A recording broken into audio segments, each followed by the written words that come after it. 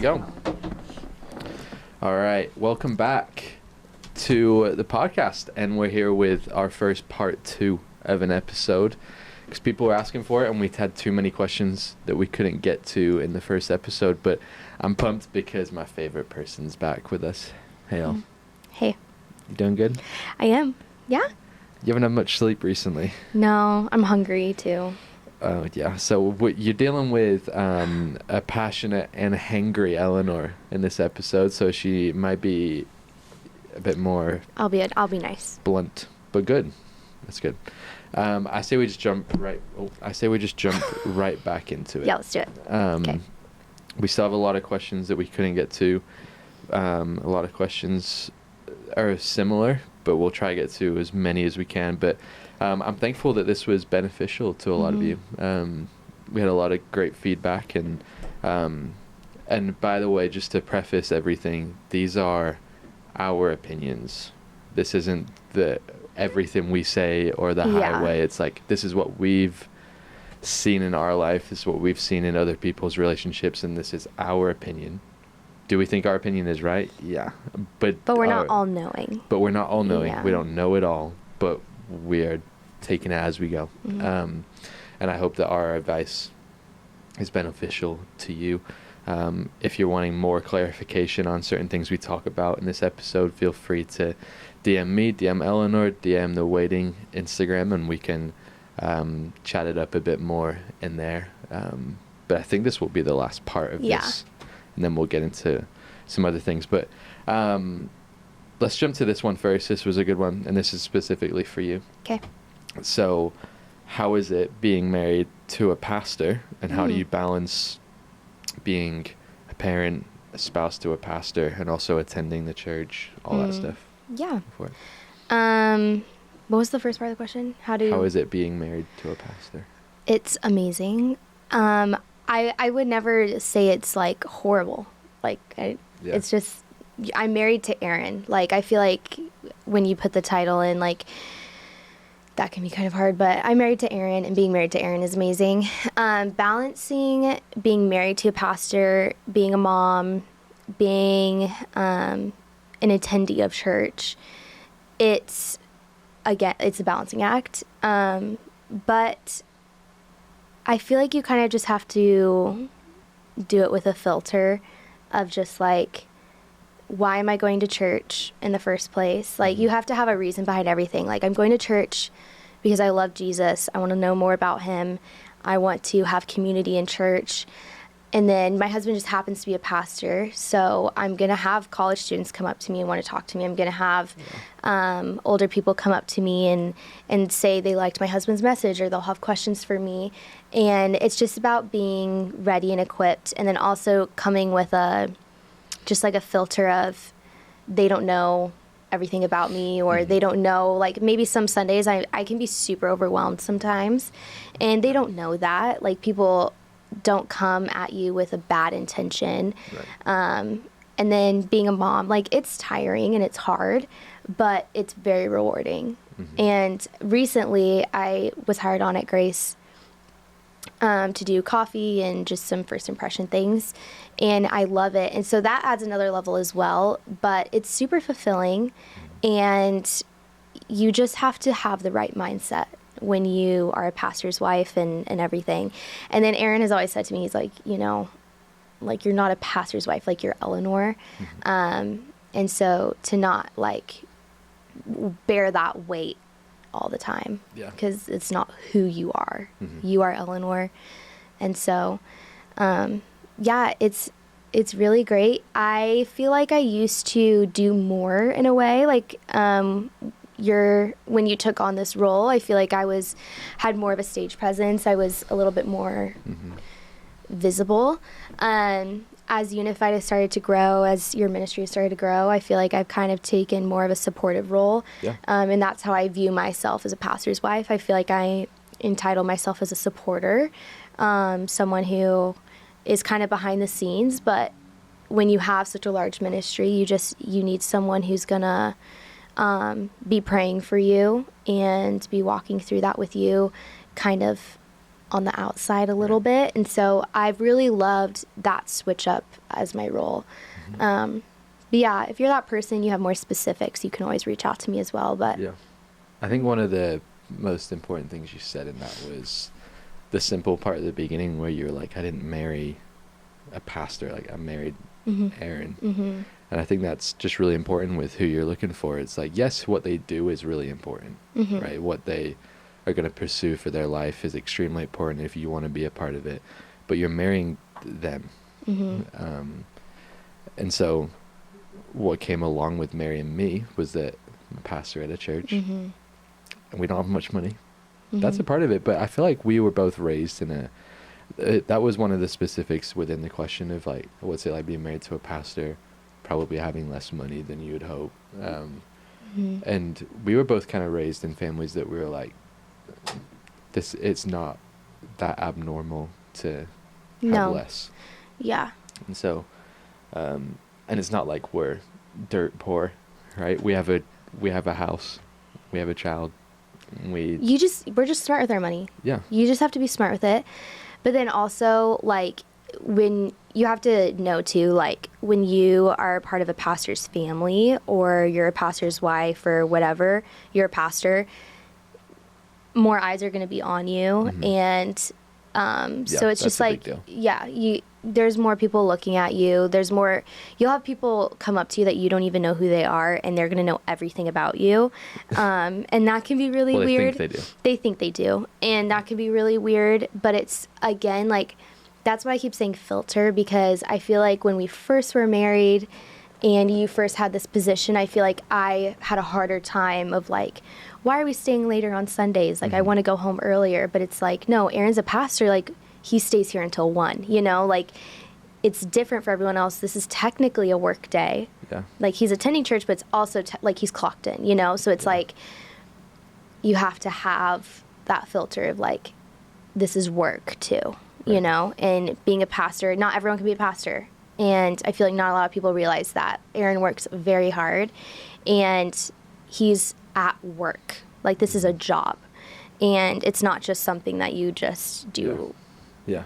And my identity is not a pastor. Yeah. The identity that you married that's me is I'm a man of God and I love you. And then the things that I do are detail.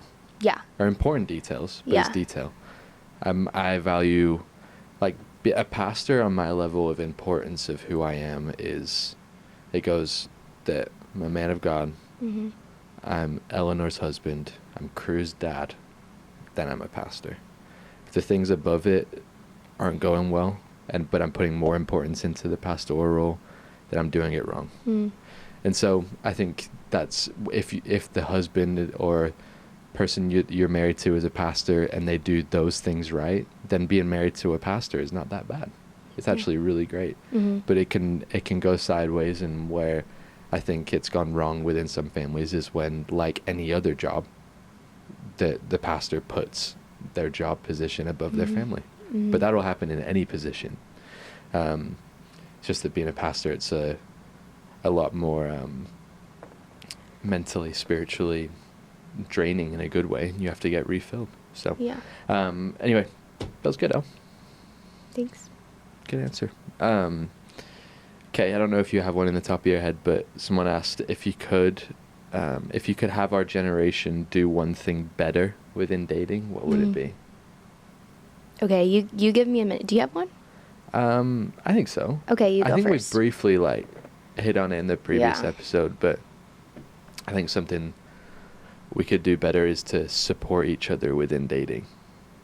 I see unfortunately, when our friends start dating, friendships kind of fizzle out instead of you just supporting this new dating couple.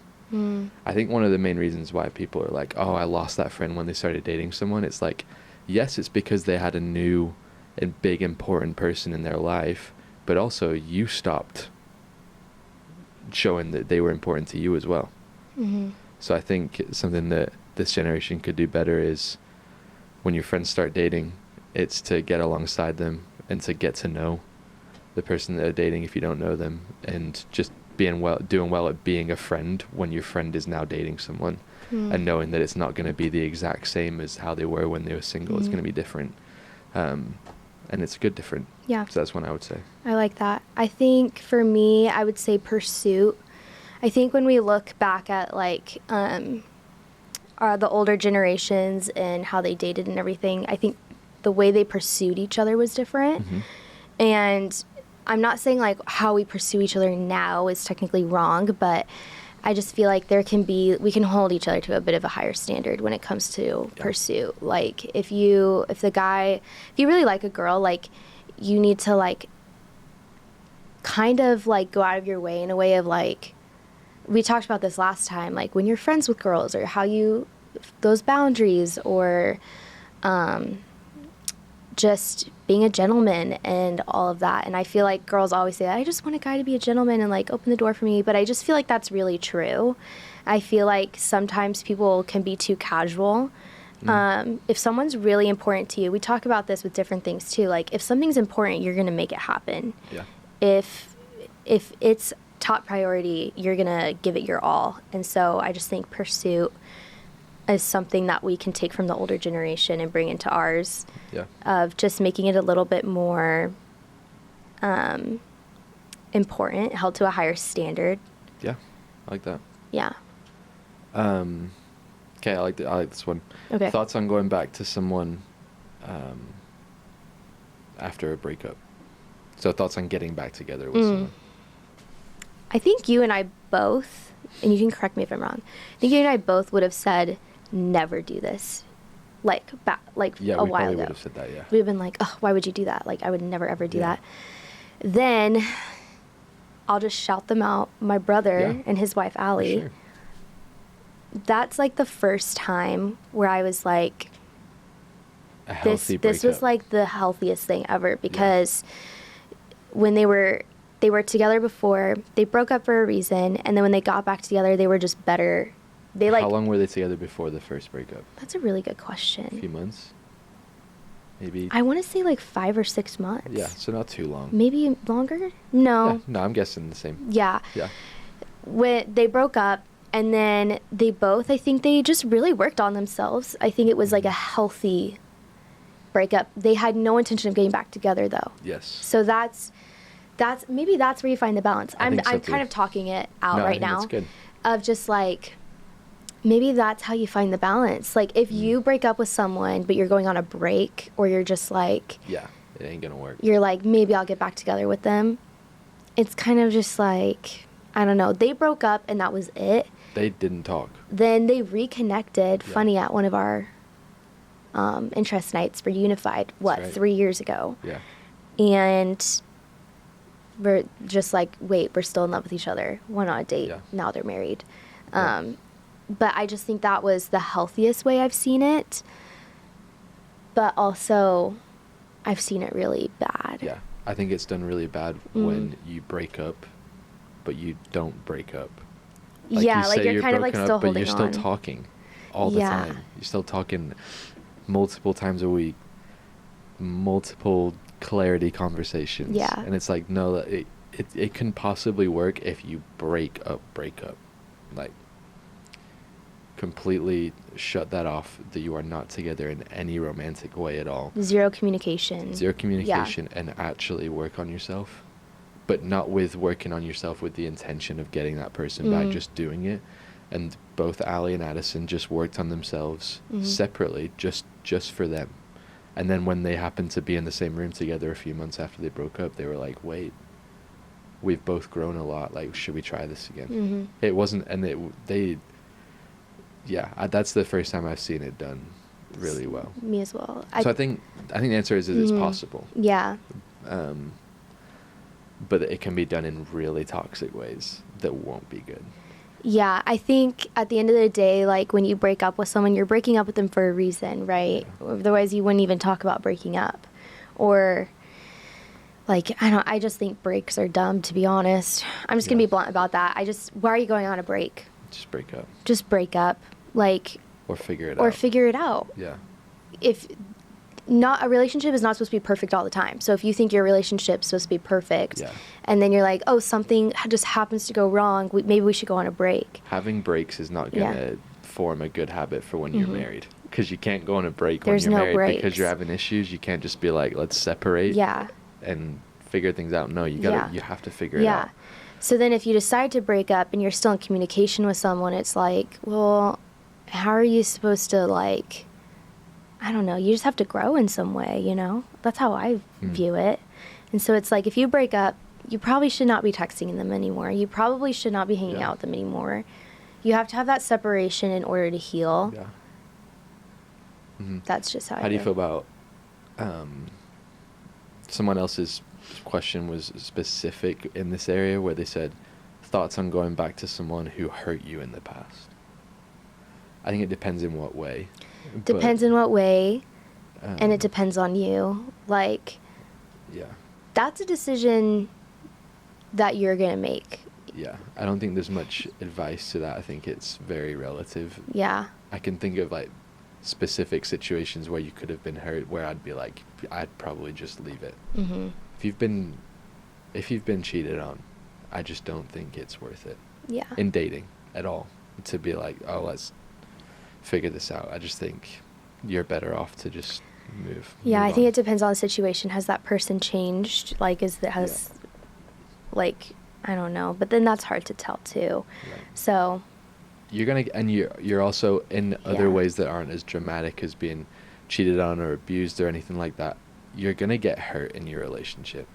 Like, things are gonna hurt your feelings. A person is gonna offend you, and because they're not you, so they're gonna do things that you don't like. Yeah. And so you're gonna get hurt. You're gonna get frustrated and annoyed, even within dating, not just marriage. And so it all boils down to if you want to make it work. We said that so much in the last one of it's all got to go back to the mindset of, is this the person that you want to actually work hard at figuring this out? Yeah. And if you don't, that's okay. Yeah. Advice for people who feel far behind because they haven't dated anyone yet. That's an interesting question. I get it, though. I think it's really valid. Like, say if you're in college, maybe in your early 20s, and you've never dated someone, you may feel behind. Mm-hmm. The quick response to that is you're not behind. You're in the same place as anyone who's not married. And someone who's married is not ahead. It's just that's the season of life that they're now in. So I don't think when it comes to finding a spouse that if you haven't dated anyone yet, that you're behind. No. I know people who the first person they dated, once they turned 20-something, that was their person. Yeah. And they'd never dated anyone before. It's just so different for everyone. I think advice to that goes, if you want to be married, or you want to be with someone, but you haven't met that person yet, or you haven't really dated at all, just be praying for your future spouse. Yeah. Be praying for, you may not even know them yet, but you can be praying for them, and you can be praying for their heart, praying for whatever may be going on in their life. You may not know them, but I think the Lord does. And you can pray for a preparation for your heart to be open to that, because you just never know who it's going to be. And I think something really sweet, and I just think this was the sweetest thing ever when Aaron and I started dating, was it scared me a little bit too. I think in the last podcast we went over that too. Like, Aaron intimidated me a lot because he just was so ready, and he was very forward. But I don't know how long it had been. We were official for I don't know how long, but Aaron gave me this note. Oh, yeah. And it was a prayer, and he was praying for his wife, and he gave it to me. And I just thought... I'd written it 2 years before. Yeah, he wrote it 2 years before, after he had just been in a wedding. He was on an airplane, and he prayed for me and wrote the prayer down, and then he gave it to me. And there was just something so intentional about that just really felt like Aaron was prepping his heart for me, and he was praying for me. He just so happened to write it down, and he knew that he was going to marry me before I knew we were going to get married, you know. But there was something really beautiful about that. But for him, he was coming from a posture of, I know that this is what I want, and I can feel that I'm ready for it. Mm-hmm. Like, I'm not just wanting to just date anymore. Like, I'm just ready for it. Yeah. And so he prayed that prayer, he wrote it down, and he saved it, and then he gave it to me. And I just feel like coming from that posture of intention was really cool. So if you're in that season, you're feeling like you're older and you're just missing out, like, what's your posture right now? Are you just thinking that it's just going to walk up to you? Are you even talking to God about it? Are you, I don't know what that looks like for you, but you're always one person away from your spouse. Mm-hmm. What were we talking about last night? Like, you're 7 people away from. Oh yeah, we were talking with a friend. It's Coco. Shout out to Coco. She was babysitting for us, and then we came back. Bless. But we saw something that was like, you're 7 people away from everyone in the world. Yeah, so we were just like listing off Crazy. Like all these like influencers that we could easily get connected with if we just connected with these people. I wouldn't say easily. But you're always like, we worked at it. 7 people. It's like, oh, what if I know this person? This person knows this person. This person. Then eventually it will dwindle to somebody in the world. Yeah, I just think that's insane. Like across the world or something, yeah. You could know the same person. Yeah. Which I just think is so cool. But yeah, you're always one person away in dating from it being your spouse. Yeah. So you're not behind at all. You're in the same boat as everyone. And when you're married, you're not ahead. It's just, this is your new season. I like that. Just because someone's in a different season than you doesn't mean they're ahead. Yeah. That's just their season. Oh, one thing when I was thinking about, you were talking about being married to a pastor. There's been a wave recently. I don't know if it's mostly this generation or what, of jumping towards, I'm not going to get married because it will mean I will be able to do less ministry. And they're pulling that from Paul saying that in the Bible. But I just think you have to think really big picture. The answer is yes, when you're single, you have more, quote unquote, for lack of better words, freedom to go and do whatever you want to do, right? Because you're not functioning it through another person, because that person is your life as well. But I would say, yes, you might be able to do a certain amount more when you're single, but you're also able to do things when you're married as a pastor that you wouldn't be able to do when you're single. Yeah. It's a different type of ministry. It's been put into a category of just be single because you'll be able to do more, or just be married because you'll be able to do more. It's just both. You won't be able to do things if you're not married. You won't be able to do things if you're not. I also think that's really interesting, because I think it's like the type of ministry you want to do. Yes. Because I know when Aaron was interviewing for pastoral positions at different churches, we were just dating. We were about to be engaged. We were very close to engagement, but we were just dating. And I remember he would get to a certain point in the interview process and they would ask him about me. And they'd be like, so you're dating this girl. Where's that going? You know? It matters. It really matters, because even when Aaron was hired on here at Grace, when they knew his intention was to marry me, I'm just gonna throw it out there. I think that's a huge reason why Aaron got hired here, because in a college pastor position, as someone who's only just out of college. Yeah, very important. Big deal. Because they want to know that you're not going to be dating distracted. Distracted, or like dating the people that you're pastoring. Yep. Like that's messy. So you don't want to open. So people were asking that as well. So I really think the Lord protected me by not having me in a ministry job and like a full time, like, because he wanted me to be in college ministry. I didn't know it at the time. And I think he protected me from stepping into a position until a year after I graduated, because I wasn't where I was at with you yet. So I think, I don't think my experience in ministry would be anywhere near the amount of fruit that I've experienced in being married. But also, I'm not taking that away from people who want to be a pastor and be single. It's just choose your battles, really. but take it out of your mind that, oh, I'm not not ready to get married because I don't want to lose everything. You are going to lose some things, but it's losing to gain. That's where it's getting lost. If your calling is mission work, if your calling is just because you're married doesn't mean you can't do that. Like, we know so many families here at Grace who had kids while they were doing mission work, like while they were placed somewhere. And if that's your calling, check in with the person that you're dating. Like, is this something that you feel called to as well? Because let's do it together. And I just think at the end of the day, like, when you're married, there's something really cool about having that teammate with you to do ministry with. So I think I think if you're dating someone very seriously and you talking about marriage and then you suddenly end it, and it's because it's a ministry calling,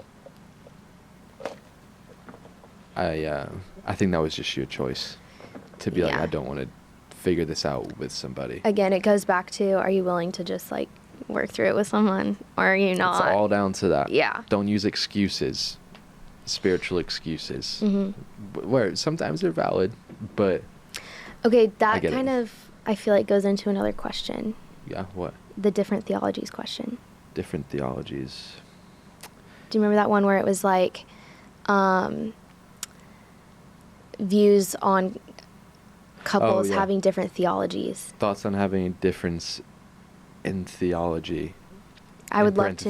Into parentheses, non-salvific issues with potential spouse. I would love to know your thoughts on that.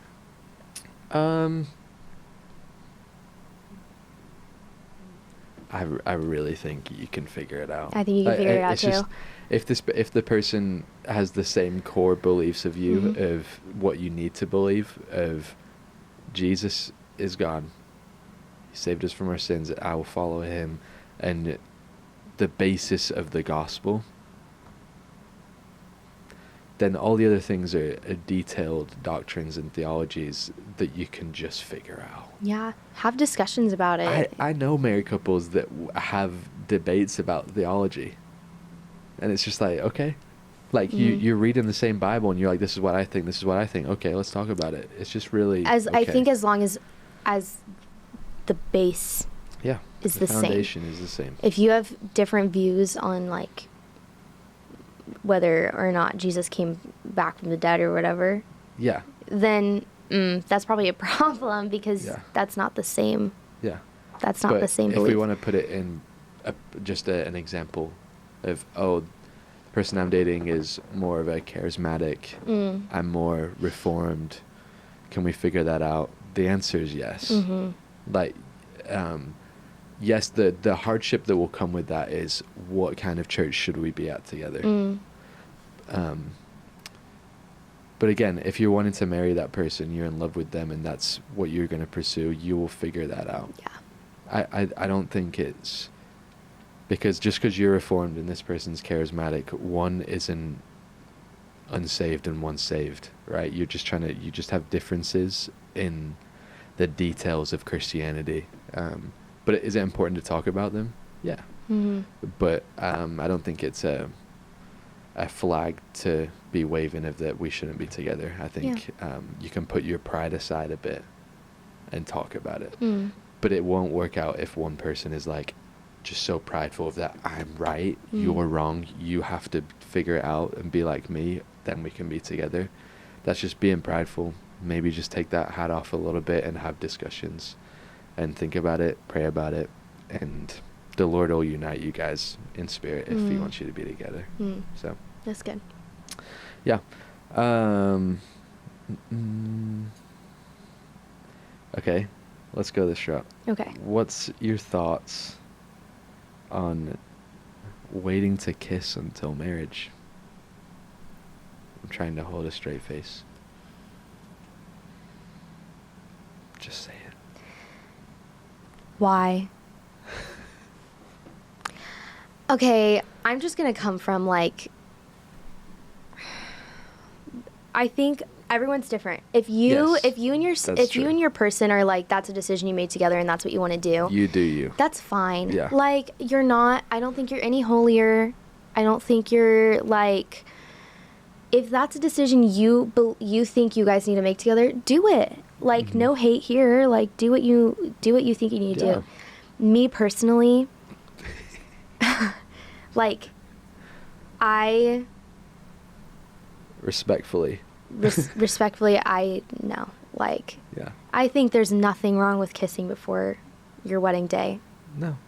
I don't. I think that it kind of separates you from being a best friend and dating someone. Like, that's just a personal opinion. Also, I've dated bad kissers. I have. No. I have. And they're probably not going to listen to this because they weren't Christian. You were gonna go there. And so I've dated bad kissers. And so I would like want to marry someone who I thought was a good kisser. So that just, I feel awkward saying that, but it's true. Say if you didn't enjoy kissing me, that wouldn't have been like oh my gosh, everything else doesn't matter anymore. You know, we took it from the last podcast. I'm a bold person, and I probably would have said something. You for sure would have. But, like, I'm just saying, like, in the past, like, if they were a bad kisser and I just didn't care enough about the relationship, I would just break up with them. Because it's just, like, it's kind of important to me. Yeah. Other people, though, that may not be the case. And so I just feel like it depends on the person. I don't think it matters. It really does. I don't think it's that deep of a talking about it if it's a sin issue. I think it goes specific in if you kissing your girlfriend or boyfriend results in it being so difficult not to go too far, then maybe you shouldn't. Yeah, it's boundaries.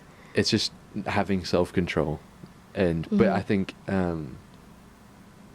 it does. I think it's a sweet way of separating someone from the rest. Yeah, I agree. But if you're kissing everyone, then maybe don't do that. Yeah. Yeah. I remember on our first date, we're walking around this lake in Tempe Town Lake, I guess. Yeah. And we're just talking. Bear in mind, I hadn't said anything about this. Nothing. We were just talking, getting to know each other, having a great time. And out of nowhere, she just goes, by the way, like, I don't kiss on the first date. I'm like, okay. I remember being like, I think I told you before the date. No, you didn't. I think I texted it to you when we were walking. Agree to disagree. And I was like, I'm pretty sure I told you that before. I wasn't going to, but thanks for telling me. And then he didn't kiss me for like 2 weeks. Yeah. But then, like, I drew that line because of past relationships. Yeah, it was good. So. I think, so, like you're saying, with past relationships, it's all relative. Literally, just talk to your person and you guys just make that decision. But if you're doing it to try and, because if you use your conviction of that, my girlfriend and I, my boyfriend and I are not going to kiss, is because we feel like we have this core conviction that this is what God wants for all people, that's where you're going wrong. As in, like, if you're using the decision you've made with your significant other as a way to puff yourself up to other people to try and make it look like they're the bad ones and they're the wrong ones, you need to check yourself. If you've made that decision, you don't even need to tell anyone. Like, you can tell your friends, like, whatever, but you don't need it to be this thing of, like, oh, we're doing this. It's just... I feel like then that steps into also, like, you have to do this, this, and this to be good enough to get into heaven. And it's just, like, that's just not how God created us, you know? And, like, that's not his intention. It doesn't matter about, like, how much you do. Or I think... there's definitely boundaries that need to be made. 100%. Don't go further than that. Yeah. Right? But no. Okay. I think we can move on from that. I think we beat that one. Yeah. Kiss or don't kiss, up to you. But if you have more questions about it, feel free to ask. But if you're feeling guilty about it, just talk with your spouse. Yes. Because or significant other. Or significant other. Yeah. Sorry, significant other. So if you're feeling guilty about it, just have a conversation. Where is that coming from? Do you need to make that boundary? Maybe you do. It just depends. Mm-hmm. I think, yes, to just kiss your significant other. I feel like to go from having zero physical touch with a person to suddenly you're married, and it's a opposite lot. end. That's gonna be a lot harder than you think. It's already really hard, and to have that transition intimacy wise when we had kissed when we were dating, Mm-hmm. it's just a big transition. It is. And so, so if you decide not to kiss, please don't make it a thing that you're like, I'm holier than thou. I'm holier than the other people who are kissing their girlfriend or boyfriend. Like, just leave it. You've decided to do that. Good for you. And I'm glad you've decided to act on those convictions, but I don't have those. And it's not like that we're ignoring a biblical command. This is a conviction that you've chosen to take. This is one we don't have because we feel like we're doing a good job of self-control and of staying within boundaries and communicating. Yeah. Sound good? Yeah. Awesome. How much does someone's reputation matter when you're thinking about dating them? Interesting. That's interesting. I feel like, especially for us, because I would say I had a bad reputation. I guess. Not bad, but... I think when Aaron and I first started, like, talking and stuff, I definitely wasn't in a place of, like, I was super proud of who I was or decisions I had made, or people probably thought some things of me, like, why is Aaron talking to her, you know? Reputation, I just think you just shouldn't prejudge people too much. I think prejudgment is really damaging. I think people make mistakes, and if they've learned from it and they're a different person now, let's not take what other people say too much to heart. I think there's some wisdom in hearing out, hey, this person, also, what is their reputation? What are we talking about here? Like, and hearing about someone's reputation from the right people. Yeah. If they're not your friends, you don't need to listen to this. If it's rumor, all this stuff. That's not. It's filtering. Yeah. So I think, what is their reputation that we're talking about? Do you feel like you see them in a different light, but then people are talking bad about them? Like, maybe that's where you kind of need to ignore some of what their reputation used to be. Because I think people can change for the right person. Yeah. I believe there's times where if you listen to advice from a friend who you know cares about you and cares for the other person, even if they don't know them, of just being like, hey, like, I'm not trying to, like, slander this person, but, like, I just have observed and seen this or heard this, maybe just keep an eye out. I feel like that's a good way of just, like, giving that to somebody. And there's times where you'll listen to that, and there's times where you'll take a step back and be like, what do I do here? This question seems like, does reputation matter if I'm, like, about to start dating them, which means you've already got to know them, you've been going on dates, you're hanging out. Reputation matters before you've even hung out, for sure. I think, like, I think I was saying this to someone recently. You don't get the benefit of the doubt anymore. Like, as a person, in general life, you don't. So how you're living right now before you're dating somebody, your reputation is a huge deal. It's not putting everything around, oh, but this person, they don't know me fully. Yes, they don't know you 100%. But how you're perceived is a big deal. It's a big deal. Yeah. But yeah, if you get to know somebody and what you're seeing in them is different from what you're being told by certain people, then I think it's up to you with wisdom and wise counsel of what you'll do. I'm really glad you brought that up. I'm really glad that you said that, of just like your reputation, like like in your current state, let's say you're not dating anyone, like you should be holding yourself to a higher standard. And I think that goes back to like, let's say you feel like you're behind in your stage of life and you want to date someone. And like I said before, like you should be praying for them. You should also just be like, make sure that you're in a state in your life where you're like proud of who you are and what you're doing, you know, because someone's going to come in and like when you first start dating someone, you're looking at everything about them. Mm-hmm. And so I think you should always hold yourself to a higher standard, and that's with everything. Yeah. Yeah, it's really good. Mm-hmm. Yeah, if you feel behind because you've never dated, you're closer to marrying someone than someone who's just going around kissing everyone and playing everyone around. So if that's you and you're just like, yeah, I'm single, but like if your reputation is that you're just someone who is just kissing everyone that you have an interaction with, or constantly with different people, that's a reputation that you're choosing to have, and then it's what you'll do with that. Mm-hmm. So you can't blame people for their perception of you. You can't.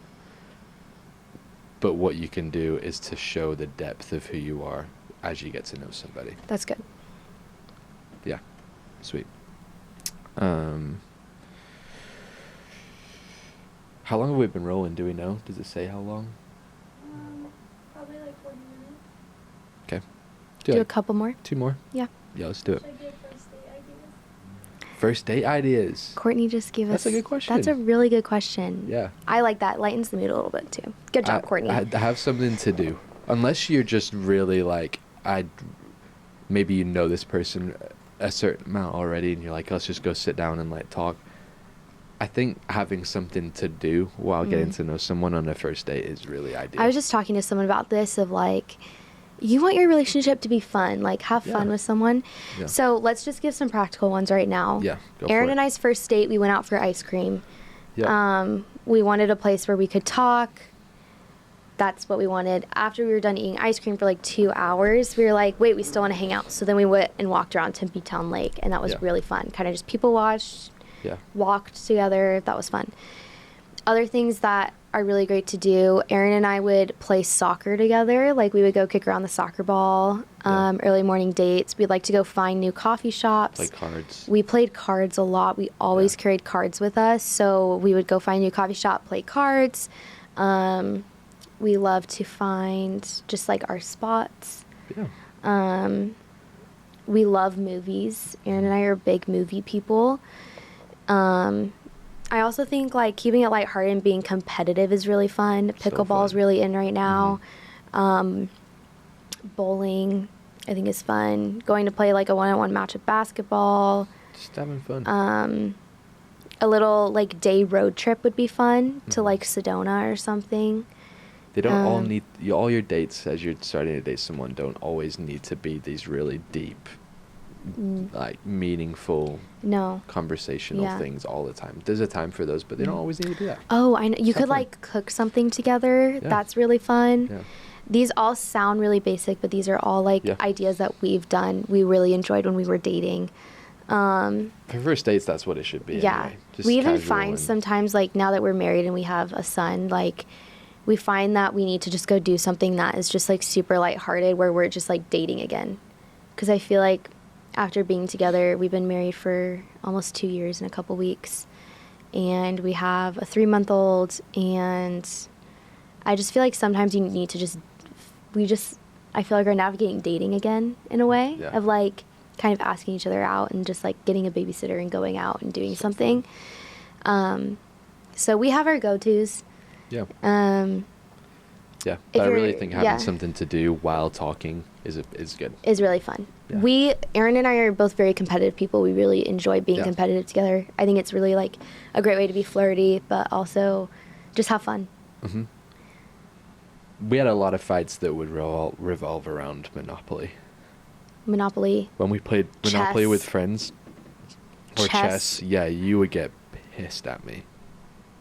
Yeah, it's because Aaron was just throwing in all these new rules that I didn't know. And so I was really confused. What was like... That's good. We like to shop, too. Yeah. We like to go look at sneakers. Yeah. That's fun. Yeah, I think as you're starting to date, do things that you're exploring together. Like go like, maybe the first date, if you're the dude and you're taking a girl on the first date, maybe go somewhere that you've been before and you know it'll be a good vibe, whatever. But after that, like go like try places that you both haven't been to, because that creates like an overall experience of like, oh, I wonder how it's gonna be. What did you think? What did you think? Just having a good time. And Phoenix is really great if you're in Phoenix. Like there's a lot of great little hidden gems around that are fun. A little date Aaron and I have been meaning to go on. We were going to go on this before I gave birth. I literally gave birth 2 days later. We were going to go walk around IKEA. I've never been to IKEA. Aaron's never been to IKEA, and I feel like that'd be such a fun date. Like go walk around IKEA and then like try some of their foods after. Yeah, because all I've heard is that it's that this in the store you have to walk around the whole thing to get out. It's just so fun. It's right? Because it's like a maze. A walkway? Like you have to. It's so fun. Yeah, I've never been. So I think that's I might on have our been list. when I was a kid with my mom, but like I don't remember. That's on our list for sure. Anyways, what's our first last day question? idea? Go to IKEA. Just kidding. Yeah. Let me think of a last question. Do you guys have a last question? Mattingly doesn't have any Mattingly questions. doesn't have one. I think it's been good. Yeah. Maybe that's a good Call one it. to just end on. Yeah. That was really sweet. Call it there. Well, don't overthink your dating life, No. but also don't underthink it, and just have a good time. if you have questions, you can just DM us on Instagram. Yeah. Thanks for having me on again. This was fun. Of course, this was fun. I love doing a little podcast with you. Maybe she'll be on again soon. And But- we won't talk about dating. Maybe we'll do something. Yeah. A whole other ordeal. But Yeah. this was fun. Yep, we'll have someone sitting there soon. I want to get more college students on, so if you're in the area, if you are a student at Unified, we come to Grace, or from other churches, but you've been listening and you'd like to come on and talk about a certain thing, hit me up and give me an idea of what you want to talk about, and we can make it happen. Yeah. But let's do it. I'm ready for lunch. Yeah. Love you. Love you. All right. Break. Love you guys. See you soon. Peace.